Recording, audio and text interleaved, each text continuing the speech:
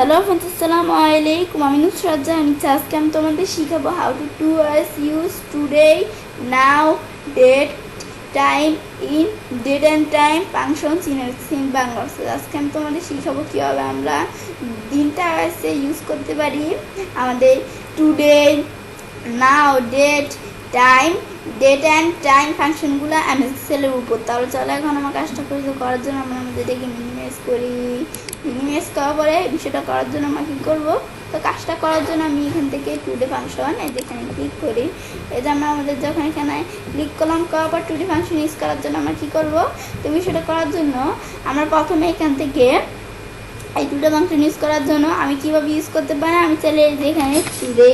আমি যে টুডে লিখি এন্টার দিলে এই যে টুডে ফাংশন ইউজ করতে পারি। এখানে আমরা এভাবে ইউজ করা ছাড়াও এই যে এখানে কিন্তু আজকের তারিখটা চলে আসছে, এভাবে ছাড়াও আমি যদি কীভাবে ইউজ করি, এখন আমি যদি এভাবে করি যে আমি এখান থেকে যাই কোথায়, এই যে আমরা আমাদের এখান থেকে ডেট অ্যান্ড টাইমে যাই, এই যে এখানেও কিন্তু আমরা টুডে ফাংশন দেওয়া আছে, টিয়ার কোথায় বা টিয়ার সিরিয়ালে যাইলে টুডে ফাংশন এন্টার এখন কিন্তু চলে আসছে। এখানে আসার পরে আমরা আমাদের এই টুডে ফাংশনটা আমি চাইলে যেভাবে করতে পারি কন্ট্রোল আমি শর্টকাট কি, মানে এই যে আমাদের যে দিনটায় যেটা আমরা শর্টকাট কি দিয়ে আনতে পারি, টুডে ফাংশনের বিষয়টা শর্টকাট কি এখন কিভাবে আনতে পারি, আমাদের কন্ট্রোল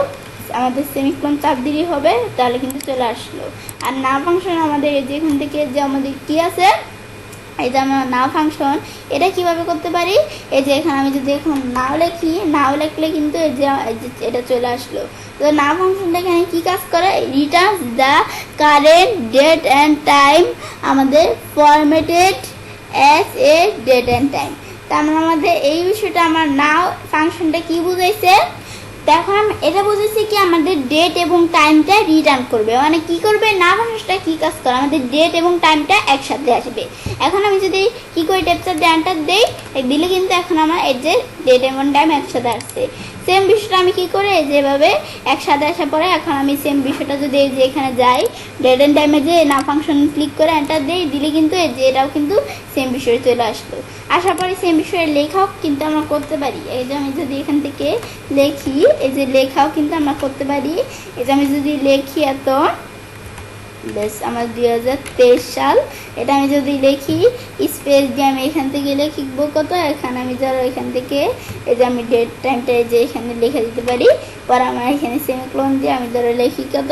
5 লেখা এখন এন্টার দিলে কিন্তু যেটা চলে আসছে। এখন আমরা আমাদের এভাবে কিন্তু এটা আনতে পারি। এখন আমরা আমাদের এখান থেকে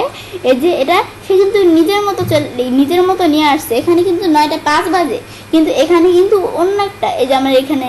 21:5 অন্যভাবে সে নিজের মতো নিয়ে আসছে, এটা কিন্তু আমাদের এই যে টাইমটা আসে না, মানে সে ডেট এবং টাইম ডেট ঠিকই আসছে, টাইমটা একটু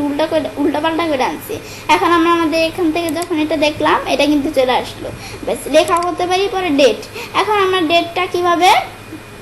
এখন আমরা এখান থেকে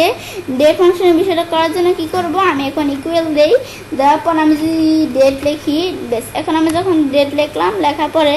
ইয়ার, প্রথমে আমরা বলছি ইয়ার দিতে, বেশ ইয়ার দেওয়ার পরে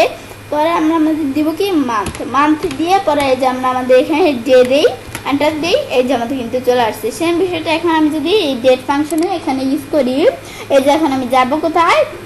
এই ডেট, এখন এই ডেট ফাংশন দেখি কোথায় আছে, আমাদের যেহেতু ডেট ফাংশন ইউজ করবো এই ডেট, এই যে ডেট ফাংশন প্রথমে দেওয়া আছে। এখন আমি কি করব, তো প্রথমে কি লেখা আছে ইয়ার, পরে মান্থ, পরে ডে। এখন আমরা আমাদের এখান থেকে